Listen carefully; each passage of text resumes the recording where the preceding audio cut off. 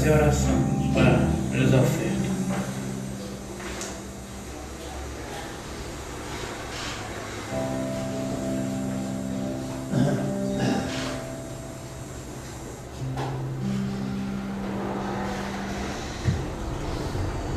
Querido Senhor, muito obrigado, meu Deus, por esses momentos que nós estamos passando aqui na Tua presença.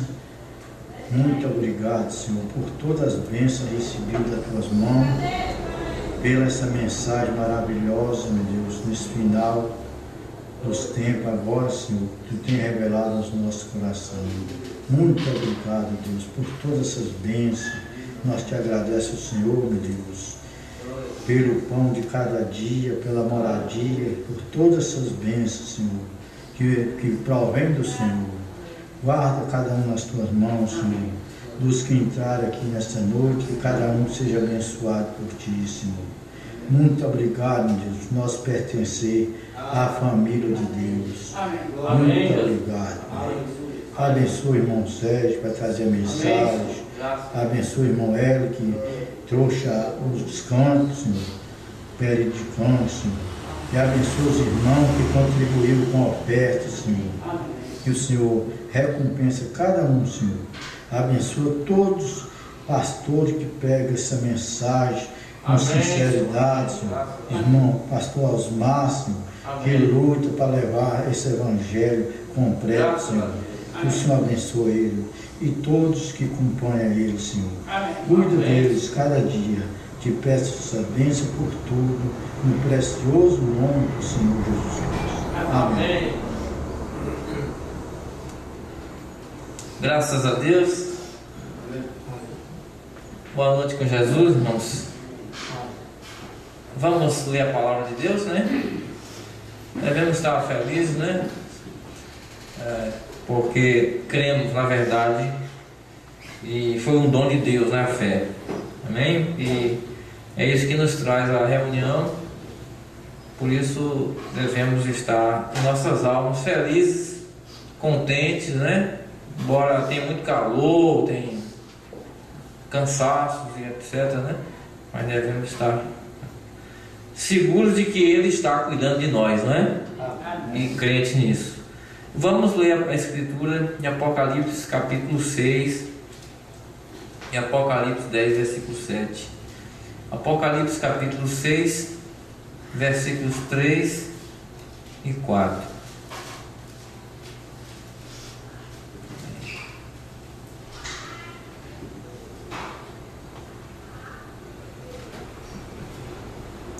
Havendo aberto o segundo selo, ouvi o segundo animal dizendo: Vem e vê.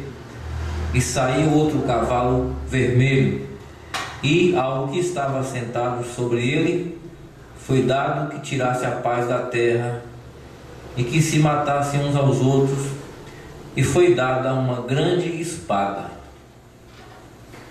10, versículo 7. Mas nos dias da voz do sétimo anjo, quando tocar a sua trombeta, se cumprirá o segredo de Deus, como anunciou aos profetas seus servos. Bendito Senhor Jesus. Mais uma oração, meu Pai querido, que Tu possa, Senhor, tomar a nós nesse momento, em espírito, com também todo o nosso ser, e que o Senhor possa usar a mesma unção que o Senhor trouxe sobre o irmão Brana, o profeta, para nós entrarmos nesses assuntos dos 7 selos, onde está revelado os 7 trovões, e nós nos apropriar de sua revelação que o Senhor trouxe, e o Senhor trouxe para nós, para aqueles que creem na palavra. Ajuda-nos, Senhor, a entender o tempo, entender, Senhor, a altura dos acontecimentos por esta revelação de sua palavra. Amém.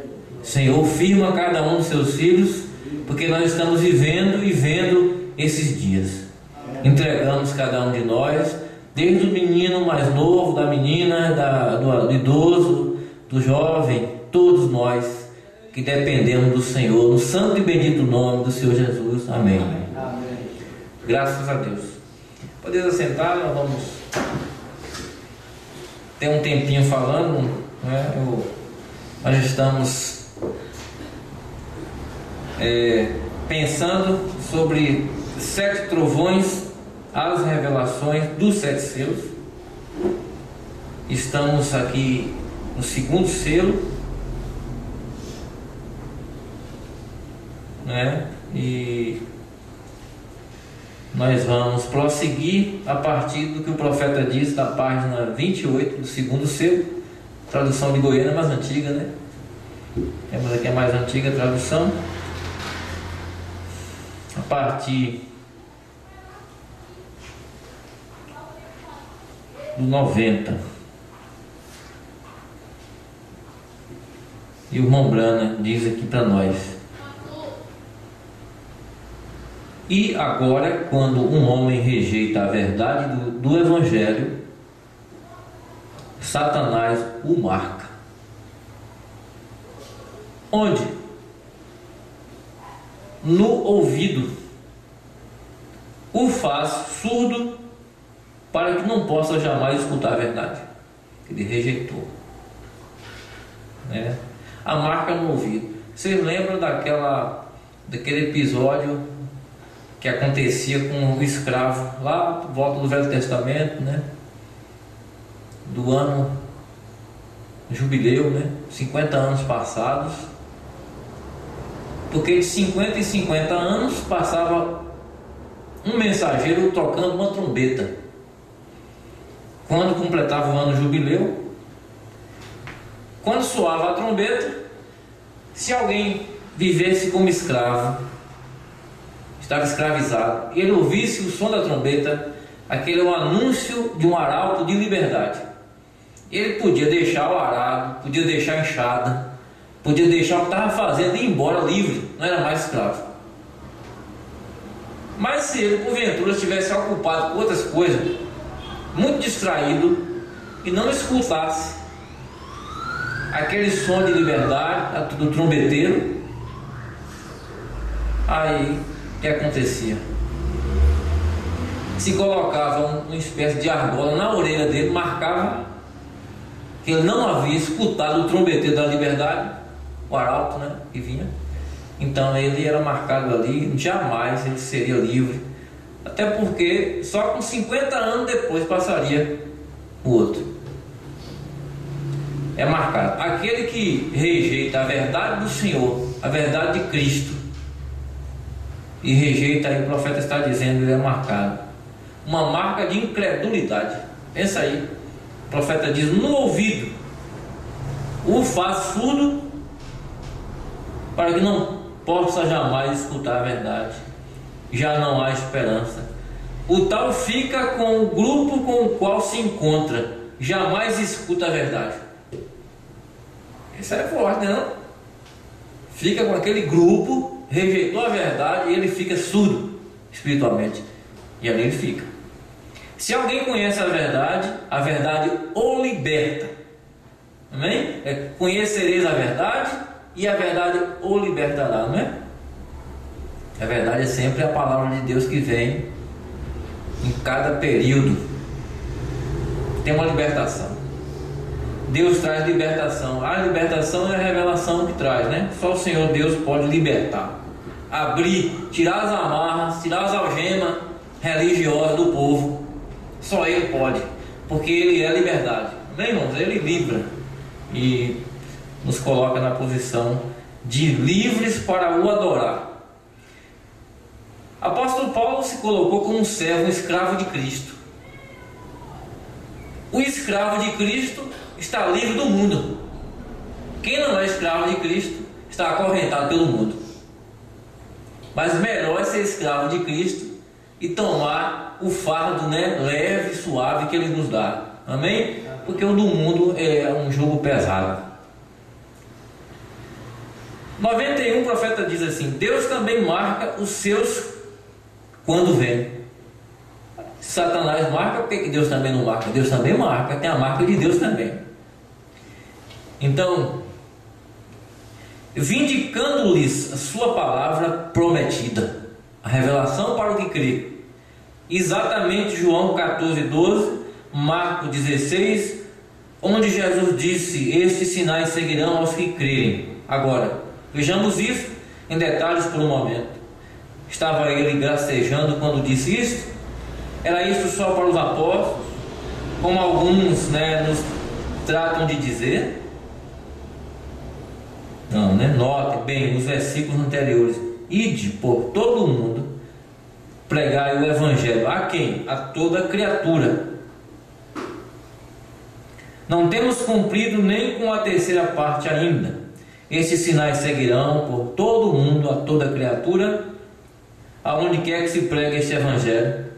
Esses sinais seguirão aos que crerem, não somente a uns pouquinhos, aos que crerem, os seus sinais. 93, agora vejamos o segundo selo. Antes de falar isso aqui, vamos nos posicionar aqui sobre os selos, Nós temos o primeiro selo, foi aberto, que saiu um cavaleiro num cavalo branco. Nesse período do primeiro selo, onde cavalgou esse cavaleiro do cavalo branco, até ele receber a coroa e um arco na sua mão, passou 3 eras da igreja: Éfeso, Esmirna e Pérgamo. As 3 primeiras eras estão dentro desse primeiro selo. Quando a era de Pérgamo, porque a terceira era se chamava Pérgamo e quer dizer casamento, foi onde a igreja se tornou católica, se casou com o Estado. A terceira era da igreja foi aonde recebeu aquele trono. A igreja se casou com o Estado, foi posto um papa sobre ela. E aí o espírito nicolaíta foi coroado. Quando o espírito nicolaíta foi coroado, recebeu o trono e a coroa. Cumpriu-se o que queria aquele cavalo branco anticristo chegar a ser ali um falso profeta. De anticristo a um falso profeta. Com aquela coroa e aquele poder, Satanás desmonta do cavalo branco e monta no cavalo vermelho agora, em nome de Roma, e passa a perseguir os cristãos, matar. Por isso o cavalo vermelho é a cor do sangue. Amém? Aí vocês percebem. A quarta era inicia-se o período do segundo selo. Interessante isso aí, E vocês vão ver que a sétima era, ela conclui-se no quarto selo, para a gente entender as eras dentro do selo. Isso é importante para nós, não é? Então, a era de Tiatira, é a era que inicia o segundo selo, cavalo vermelho. Foi exigido temperança. Se você olhar na pirâmide ali, columba, temperança, porque tinha que suportar a perseguição. É temperança. Se não tiver temperança, você não suporta ninguém lhe perseguir. Se não tiver temperança, você não suporta ser perseguido. Você tem que ter a fé, a virtude, o conhecimento, mas tem a etapa da temperança, e aí eles foram provados. Inicia-se esse período aí, quarta era, o período do segundo selo. Vejamos o segundo selo. Quando o cordeiro imolado abriu o livro, o segundo animal semelhante ao bezerro, que o primeiro foi semelhante ao leão, a palavra verdadeira, mas em vez as obras falsas, Mas em contrapartida Deus tinha sua verdade, mas aí o animal semelhante ao bezerro, já dizendo assim: vai haver morte, perseguição. Você lembra quando o profeta diz a aflição que tereis e tal, e vai revelando sobre a perseguição nas eras da igreja, Então, aquele bezerro, o segundo animal que diz: vem e vê. O que é o mistério selado? O cordeiro tem que abrir todos esses selos. O primeiro animal foi o leão, e logo segue o que era semelhante a um bezerro, para entrar no segundo selo. E este animal disse: vem e vê. Quando o cordeiro abriu o selo, e João foi para ver, e quando apareceu, o que sucedeu? Vamos ver o que encontrou. Aqui há um mistério selado. Já tem como 2000 anos aqui. Vamos ver o que é. O que está no segundo selo. Quem abre os selos? O Cordeiro. Ele foi o Cordeiro quanto tempo? 7 eras. O Cordeiro foi o Cordeiro 7 eras. O único que venceu e é digno para abrir os selos, segundo o que está escrito lá no Apocalipse 5, o Cordeiro que venceu, o Cordeiro que foi morto. Ele é digno para abrir os selos, o Cordeiro. Então, nesse período do Cordeiro de 7 eras, esses selos foram sucedendo, os acontecimentos. O que foram os selos? Os acontecimentos que houve nesse período de 2000 anos. Foi acontecendo, mas ninguém sabia o significado desses selos, porque somente quando o 7º anjo pregasse a sua palavra, ele iria dizer o que foi aqueles selos, porque aí ele deixaria de ser cordeiro, viria como um leão para reivindicar aqueles que morreram sobre esses selos, sobre essas eras. Então ele sairia da posição de cordeiro para leão, mas aí ele revelaria. Quando foi isso? O ministério do 7º anjo. Amém? Que foi. É o tempo que nós estamos desfrutando aqui. Nós estamos voltando e repetindo o que disse o profeta. Então, agora encontramos que se viu um cavalo vermelho que saiu. Agora, segundo o meu entendimento, esta grande espada que tinha na sua mão. E temos com que 15 minutos para ver essas 3 coisas. Vejamos o que diz aqui. Saiu um cavalo vermelho. Lembra que o primeiro foi branco. E ao que estava sentado sobre ele foi dado que tirasse a paz da terra, que se matasse uns aos outros. E foi dado uma grande espada. Aqui teve uma espada. No primeiro selo não teve espada, teve um arco sem flecha. Não é? Tinha obras, não tinha um poder como teve a igreja em Roma. Era apenas obra dos nicolaítas, mas agora não. Já tinha uma arma mesmo, mortal, uma espada que foi dada. Agora aqui temos o símbolo e queremos estudá-lo detalhadamente. E segundo o meu entendimento, melhor que conheço, Jesus predisse esta mesma coisa em Mateus 24. Ouvireis de guerras, rumores de guerras. Porém ainda não, ainda não é o tempo. E lhes fizeram 3 perguntas e ele respondeu com 3 respostas, E ali onde se enredam muitos irmãos tratando de colocar os adventistas, etc. Você lembra que foi feito 3 perguntas a Jesus, Mateus 24, porque ele olhou diante do templo Formosa em Jerusalém e disse: não vê tudo isso? Não ficará pedra sobre pedra que não seja derribada. Inclusive condenaram depois, dizendo que ele ia derrubar o templo e como seria feito, Mas ele falou isso e aí foi feito 3 perguntas. Senhor, quando serão essas coisas? Quando vai acontecer isso? E que sinais haverá de tua vinda? A segunda pergunta, E o fim do mundo? 3 perguntas. Quando vai acontecer isso? Quando vai acontecer a destruição do templo, Senhor? Quais são os sinais de tua vinda? E os sinais do fim do mundo? Em Mateus 24 ele responde essas perguntas,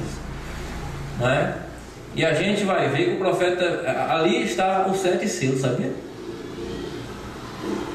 Dentro de Mateus 24 está os 7 selos, ali dentro. Você fala assim: e o 7º selo, onde é que está? Daquele dia e hora, ninguém sabe. Esse é o 7º selo. Daquele dia e hora de minha vinda, ninguém sabe. Porque o 7º selo é a vinda do Senhor. Ele não disse sobre, mas falou sobre o assunto. Daquele dia e hora ninguém sabe, nem os anjos, nem o Filho, unicamente meu Pai. E a gente sabe que isso sucedeu 28 de fevereiro de 63, a sua segunda vinda. Mas o 7º selo que abriria isso depois. Mas lá ele falou, e está tudo ali em Mateus 24. E aqui o profeta está voltando ao assunto de Mateus 24. Os irmãos adventistas, eles falam, Mas ai das grávidas e das que amamentaram naqueles dias. Orai para que a vossa fuga não seja no inverno nem no sábado. Essas coisas nem são relacionadas com a pergunta, de maneira alguma. Ele estava dando resposta ao que eles haviam perguntado, mas não aplicou tudo ao último dia. Agora temos tocado nisso e veremos mais disso nas noites vindouras. Ele disse: ouvireis de guerra, rumores de guerras, demais coisas, mas tudo isso não é ainda. E voltarão e os levarão a concílio, demais coisas. Isso ainda não tem sucedido, mas quando chegou a responder as suas perguntas quanto ao fim do mundo, foi a terceira pergunta, né? Quando serão todas essas coisas? Que será que haverá uma pedra sobre pedra? Qual será o sinal? Quando virá o fim do mundo? Lhes fizeram 3 perguntas, e quando ele chegou a responder essas perguntas do fim do mundo, ele disse: quando virdes a figueira brotar, então saberei que o tempo está à porta. E em verdade vos digo que essa geração não passará até que tudo seja cumprido. O sinal do fim do mundo. Israel, a figueira brotou. 948. Em 48 para cá começou os últimos dias. De 48 para cá, sinal do fim do mundo. Quando serão essas coisas? Da destruição. Aconteceu a partir do ano 70, quando o rei Tito invadiu Jerusalém, sitiou a cidade e houve aquela diáspora dos judeus, espalhou o judeu pelo mundo todo.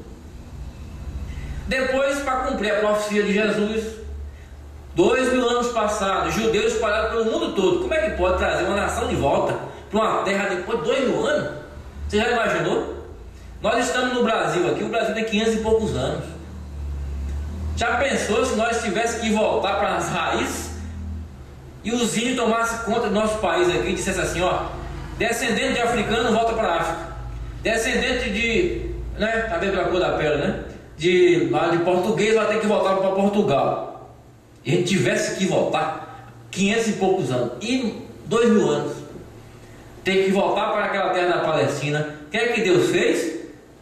O profeta diz, o mesmo Deus que endureceu o coração do faraó para mandar ele fazer mais tijolos, para eles trabalhar duro, para eles crerem no profeta e sair do Egito, foi o mesmo Deus que endureceu o coração de Mussolini, não é? Benedito Mussolini na Itália, Adolf Hitler na Alemanha, perseguindo os judeus, queimando em campos de concentração, para que eles pudessem voltar, ter de voltar para a sua terra. Deus permitiu isso. Eles foram tipos de anticristo, perseguindo o povo judeu, mas Deus permitiu.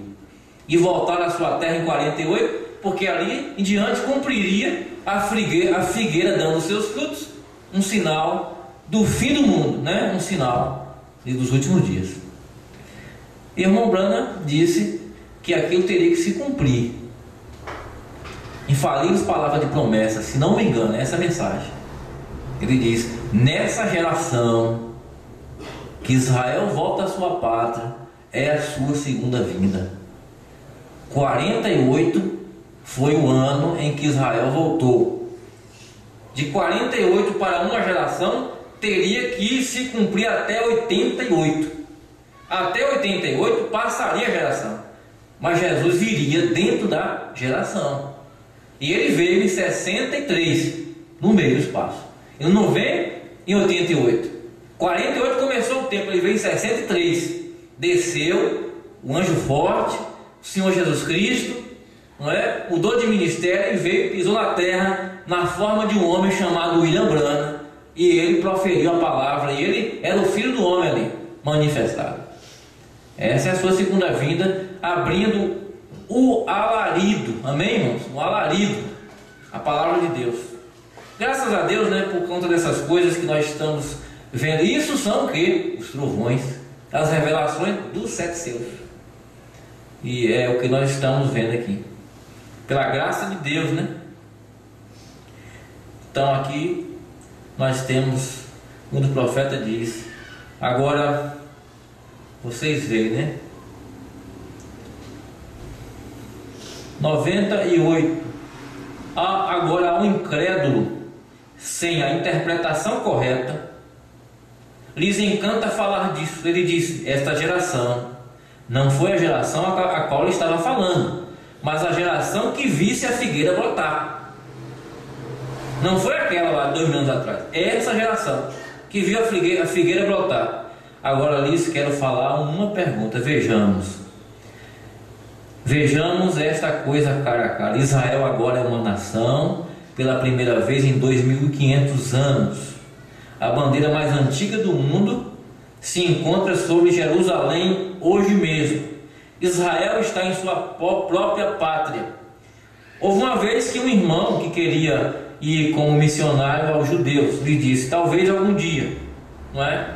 Queria que ele fosse como missionário. Agora tem muitas ideias, mas não, Senhor. E Israel será convertido como uma nação inteira. Deus trata como nós, gentios, individualmente, mas com eles é como nação. Num só dia será convertido, não é? Romanos 11, 26, versículo 26.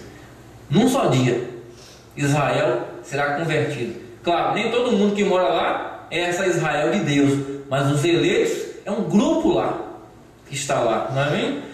Isso é no período de tribulação, né? Aí o profeta diz aqui, ó: a gente tem muitas ideias, mas não, Senhor, será convertido como uma nação inteira, não como indivíduos. Uma nação nascerá num dia, e essa é Israel. Todo Israel será salvo. Recorda, porque assim disse Paulo em Romanos 11, 26. Agora notem isso, ele disse: quando vide a figueira e as demais árvores começar a dar a sua flor, agora veja bem, nunca tem havido um tempo nos últimos 1500 anos que Israel viesse à sua própria terra. Temos a película, filme, 3 minutos para meia-noite. Ali está como uma nação, com sua bandeira, com a estrela de Davi e com suas pontas e todas essas coisas. Mas a palavra diz: a figueira e todas as árvores. A figueira e Israel. Quais são as outras árvores? O movimento ecumênico é uma árvore. A união das nações do mundo é uma árvore. Está vendo aí? Esses são os sinais. O ajuntamento das igrejas é a imagem da besta, vai crescendo também. Israel se fortalecendo como nação e as outras árvores brotando. Sinal do fim. Amém, irmãos? Amém. Tem havido um tempo quando as denominações têm tido avivamento, como tem tido nesses anos que acabaram de passar? A pergunta. Estude isso bem. Estamos aqui como em nossa casa. Quando floresceram as denominações sob o ministério de um homem, como tem prosperado sob o ministério de Billy Graham, os metodistas, batistas e demais, sob o ministério de Billy Graham, eles têm crescido, não é? Quando jamais tem havido um homem, você esquadrinha na história, que venha à igreja formal com o nome que termina com H-A-M. Nunca houve. O profeta diz: ali estava havendo, nesse avivamento deles, um homem com H-A-M, Billy Graham, H-A-M. Agora vejam, Abraão em inglês tem 7 letras. Abraão tem 7 letras. Ele tem também o H-A-M, Abraão, 7 letras. Mas o nome de nosso irmão Graham, Billy Graham, tem 6 letras. Não o 7. Mas o 6 é o número do mundo. Do mundo. Uma palavra para o mundo. Uma palavra para a denominação. O H-A-M de 6 letras, Billy Graham. O avivamento para a Virginésia. Amém? Estão percebendo, irmão, o que está falando? Mas o Abraão, H-A-M lá, que Deus pôs seu nome, tinha 7. Eu pergunto aqui, qual é o H-A-M de 7 letras? Até isso aí é para a gente mesmo responder, né? Ali é onde está pregando a igreja natural, não espiritual, a natural. A igreja natural foi Ló ali em Sodoma. Este indivíduo foi ali, pregou e cegou com o evangelho. Sodoma, houve uma cegueira, pregou e cegou. Então, há 2 ministérios para cegar: ministério de Billy Graham, Oral Roberts. Billy Graham, uma mensagem ungida para as pessoas aceitar ser crente, mas é tão ungida que fica ali e não vê a mensagem da noiva. Ungida para cegar. Oral Roberts, uma mensagem ungida com os dons do Espírito, os dons pentecostais, mas cegaram, passaram a crer que tinha tudo, não precisava mais nada. A Laodiceia cega, pensa que tem tudo e de nada tem falta. Cegou, não viu a mensagem da noiva. Vocês percebendo? Os dois anjos. Mas Deus tem o seu 7 fora de Sodoma, tem seu HM fora de Sodoma, não é? Essa que é a questão, né? Então a igreja natural é assim. Mas houve um que ficou com Abraão. Abraão o chamou Elohim, que é o Senhor. E quando Abraão viu que vinham 3, ele disse: meu Senhor. Mas quando Ló viu que vinham 2, ele disse: meus senhores. Percebeu? Billy Graham é Orahó, trinitário. Billy Graham prega que Deus é Pai, Filho e Espírito Santo em 3 pessoas. E é um homem salvo, é um filho de Deus. Prega que é uma trindade. Orahó também prega que Deus é uma trindade.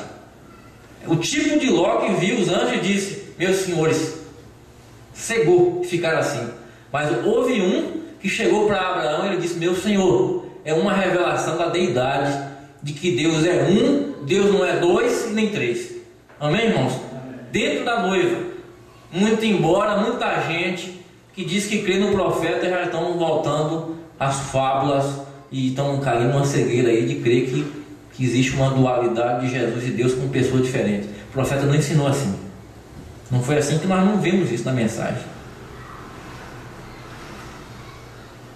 Amém? Graças a Deus. Notem, houve um que veio à igreja espiritual, a noiva Abraão, que não estava em Sodoma. E note o que ele fez. Ele não estava pregando como eles. Ele ensinou, mas logo lhes mostrou um sinal. Operou um sinal do Messias. Teve suas costas para a tenda e perguntou a Abraão: onde está a tua esposa Sara?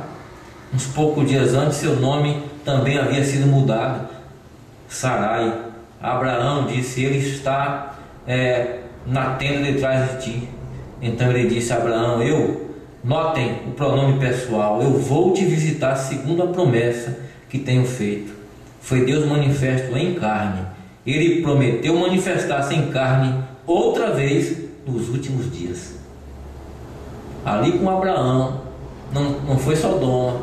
Abraão, tipo da noiva, visitado por quem? Elohim, Deus feito carne. Ele prometeu nos últimos dias que Deus se faria carne de novo, não é? Outra vez. Jesus Cristo viria pregar para nós aqui? Jesus viria com as mãos furadas fazer pregação? Abrir os mistérios? Não. Jesus Cristo viria noutra carne, com um novo nome. Por isso ele veio, amém? E cumpriu. Porque só um profeta discerne o segredo do coração. Foi o que estava acontecendo ali na tenda de Abraão, revelando o segredo do coração de Sara. Um profeta revelando o segredo dos corações, amém? O que se sucede dentro desses selos que abrem, né, esses mistérios. Graças a Deus, né? E mais um pouquinho adiante nós vamos tomar essa parte para nós fechar por hoje, né? Nós não vamos além, senão vamos passar do horário. Mas eu vou ler aqui 107. Agora consideramos o que João viu. Saiu um cavalo vermelho com seu cavaleiro, e a ele foi dado poder para matar com uma grande espada. E aqui está a minha revelação disto. Este é Satanás de novo. É o diabo de outra forma. Sabemos que os selos, as trombetas estão relacionadas com uma guerra civil, guerra entre nações. São as trombetas, são guerra entre nações. Mas encontramos que aqui este homem tem uma espada e portanto está relacionada com uma guerra política e religiosa, não é? Guerra política e religiosa. A Igreja Católica matou muita gente. Era política e religião junto. Matava porque não concordava com ela, porque ela queria ser poderosa e perseguia os que não estavam com ela. É política e religião. E Satanás, ele é o autor da política, sabia? Satanás criou a política antes da terra existir no céu e convenceu 2/3 dos anjos a seu favor. e dividiu os anjos de Deus. Fez uma política, e a política e a religião começou lá. Foi uma religião também, e Satanás ele trouxe isso para a terra. Por isso que o mesmo espírito que fez PT, PMDB, PCdoB, PFL, não é? Os partidos que se separam, é o mesmo que fez, infelizmente, batistas, metodistas, assembleanos, católicos e toda a ala de religião que se divide é política religiosa, e Satanás é a cabeça da religião, porque assim foi revelado. Por isso esse cavaleiro vem cavalgando no primeiro selo, no segundo selo, quando chega no quarto selo, vocês vão ver, é a religião, a denominação. Satanás se revelando na sua forma mais original é quando ele se coloca como religião, e o mundo está pensando que Satanás é aquele bicho feio lá, né? Totalmente ao contrário, que nem a Bíblia há para ler. Pelo contrário, ele vem em nome da religião. Por isso que os eleitos não são enganados, mas se possível forem, enganaria até os escolhidos, por conta de ser a palavra interpretada erroneamente. O profeta disse que uma coisa para ser falsa tem que ter muita verdade. Essa é a coisa. Tem que ter muita verdade, mas um pouquinho só que destona ali, aquilo não é verdadeiro, né? Então vamos aqui mais um pouquinho. Pode ser que você não pense assim, mas observe bem nos momentos, observe a mudança de cor dos cavalos. O mesmo cavaleiro, um cavalo é uma besta, um poder, né? Um símbolo que representa um poder. É o mesmo sistema que vem cavalgando num poder de outra cor, mudando de branco inocente ao vermelho ensanguentado. Observe como vem. Quando começou apenas foi uma pequena doutrina chamada nicolaísmo, e isso parece que não mataria ninguém. Apocalipse 2,6, porque apenas era uma doutrina, um espírito entre as pessoas. Isso não mataria ninguém. Era tão inocente, cavalgando sobre este cavalo branco, nós poderíamos ter uma grande igreja por todo o mundo, veja, poderíamos chamá-la de igreja universal, católica, né? Universal, e assim o chamam ainda, poderia ser. Isto é perfeitamente inofensivo. Somente um grupo de homens que nos reunimos para ter companheirismo, ver você, foi algo inocente, representado pelo branco do cavalo branco. Mais adiante ele diz aqui: porém, quando este terrível espírito enganoso se encarnou no homem, aí já foi, né, poderoso, né, para fazer coisas terríveis. Porém, quando esse espírito se encarna no homem, tomou o lugar de Cristo, ele foi adorado como Cristo. Em outras palavras, ali no Vaticano, eu tenho estado ali, e está escrito Vicarivis Filii Dei, e isso está escrito em letras romanas. Agora, se você o traduz, significa em lugar do Filho de Deus. Em outras palavras, ele é um vigário. Vigário quer dizer substituto. Você tira aquela representação de Cristo, põe um substituto. A palavra vigário quer dizer isso. A palavra padre quer dizer pai. A palavra papa quer dizer painho ou paizinho. A Bíblia diz: a ninguém chamei de pai, a nenhum homem, porque não tem nada a ver. Ele não é substituto, ele não é vigário. Não pode ser. Não pode. Vigário em lugar do Filho de Deus. E a Bíblia diz: aquele que tem sabedoria, conte o número da besta, porque é o número de um homem, e seu número é 666. Agora, se você toma deste título Vicarius Filii Dei as letras que têm valor numérico segundo o número romano, e você soma e dá o número 666. O profeta traz esse cronograma aqui para nós, ó, do Vicarius Filii Dei. Para que o profeta fez isso aqui? Na mensagem segundo selo, porque teria que se cumprir a profecia de Apocalipse 13, no versículo 18. Aqui há sabedoria, aquele que tem entendimento, aquele é um indivíduo, não é um grupo de pessoas, não é uma religião, não é um concílio de pastores. Um indivíduo que tem entendimento, calcula o número da besta, porque é o número de um homem, e seu número é 666. É o profeta de Deus. Foi o sétimo anjo que teria que abrir esse selo aqui, dizer: Vicarius Filii Dei, não é aquilo ali, é 666, é a marca da besta. O título que está sobre o pontífice do Vaticano. Existe outro nome que dá 666. O próprio João Paulo II, calculado no romano, dá também 666. E outros nomes, mas o profeta disse que é isso aqui: Vicarius Filii Dei, o título que está sobre aquilo ali. Porque aquilo entrou desde o princípio, quando recebeu a coroa, e ele vai cavalgando no cavalo vermelho. Depois vocês vão ver que vai no cavalo preto, no cavalo amarelo, e ele será o governo do mundo. Política e religião. O profeta resumiu bastante isso no primeiro selo, né? Para nós. Mas aqui chega a esse ponto. Chega a esse ponto em que é aberto e dito isso aqui. A Bíblia diz que ele estaria no templo de Deus, adorado como Deus. E quando essa pequena doutrina chegou a encarnar-se no homem, esse chegou a ser um vigário no lugar do Filho de Deus. Que espírito mais enganoso! 2 Tessalonicenses 2:3.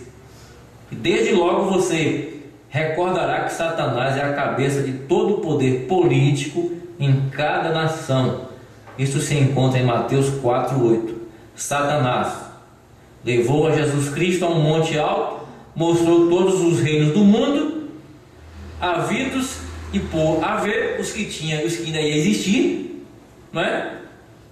Tudo isso se prostrado me adorar. Porém Jesus sabia que ele herdaria tudo isso, não é? Então ele não fez. Hoje dizem: pobres de vocês ali, tão fanáticos, sem dúvida. A terra é nossa. Jesus disse: os mansos herdarão a terra. Agora note, Jesus, sabendo que aí herdar, disse: vai, Satanás, escrito está: ao Senhor teu Deus adorarás, e a ele somente servirás, né? Quando você lê Isaías capítulo 14,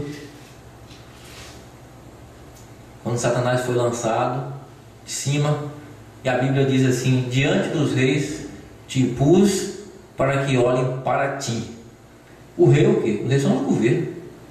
Por que os governos iam olhar para Satanás? Porque o governo humano é inspirado em Satanás. Agora, a noiva de Cristo é governada por Cristo. Cristo é o nosso governo. Ele nos governa. Amém? Nenhum governo pode suplantar o governo de Cristo. Nós obedecemos qualquer tipo de lei até que ela não fira a palavra de Deus. Porque se ferir a palavra de Deus, é melhor nós sermos infiéis à lei do homem do que a de Deus. Amém? Essa é a coisa. Por quê?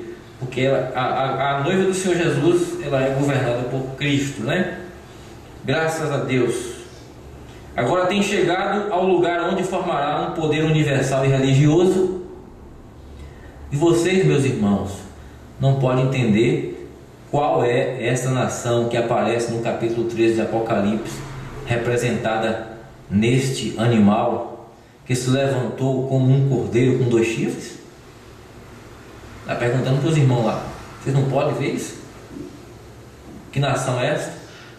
Poder civil, eclesiástico, porém que faz o mesmo que faz a besta antes dela. Parece raro, mas o símbolo da América do Norte é o número 13 e é uma mulher. Nos Estados Unidos, em Nova York, tem uma estátua da liberdade, uma coroa apontando para os 7 continentes, não é? Uma tocha de fogo na mão. Ali é o símbolo da América. Uma mulher representa. Aparece no capítulo 13 de Apocalipse. Começamos então essa nação com 13 colônias. Começamos com 13 listas, 13 estrelas na bandeira. E em muitas outras coisas temos o número 13. E por outro lado, se refere à mulher, a mulher e a mulher. E por fim chegará, como predisse, que uma mulher controlaria a nação. Disse isso já faz 30 anos. Das 7 coisas que predisse nessa ocasião, 5 delas já são cumpridas. E agora já tem o homem ali pronto para dar a entrada. O que vocês puserem com seu voto político bem há tanto que disser que quase é impossível terminar.